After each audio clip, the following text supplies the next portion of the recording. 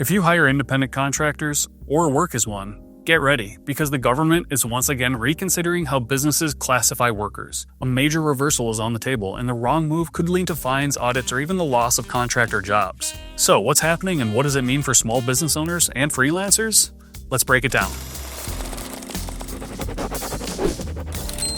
Before we dive into the new rule, let's talk about why employee classification matters. For business owners, misclassifying workers can cost you big time. Fines, back taxes, even lawsuits. Also, independent contractors aren't covered by minimum wage laws, overtime, or benefits, but employees are. And if the rules change again, it could affect who you legally can hire as a contractor. For freelancers and contractors, if you're suddenly reclassified as an employee, you could lose control over your schedule and tax deductions.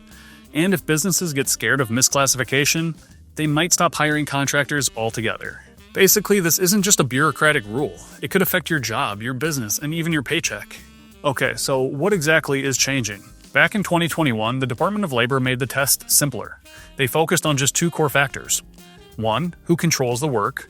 So if the business has little control over the job gets done, the worker is more likely a contractor. And two, can the worker profit based on their skill and decisions? If they can take on multiple clients and control their income, they're more likely a contractor. This approach made it easier for businesses to classify workers as independent contractors, which meant less risk of misclassification penalties. In 2024, the government scrapped that test and replaced it with a much more detailed one, bringing back a 6-factor test. This considers things like whether the work is permanent or project-based, how much the worker invests in their tools and materials, how much control the business has over their schedule, and if the worker's job is an integral part of the business. Basically, this test makes it harder to classify someone as a contractor and pushes more workers into the employee category. This stricter rule took effect in March 2024, but with the new administration in place, there's a real possibility that it could be reversed again.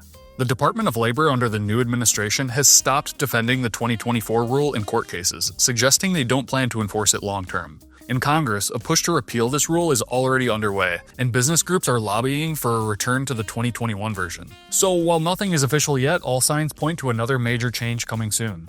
If that happens, it could be a huge win for businesses that rely on contractors, but it could also raise concerns about worker protections and wages. And here's the thing, this back and forth isn't new. Every time a new administration comes in, these rules seem to change, which makes it really confusing for business owners and freelancers trying to plan ahead.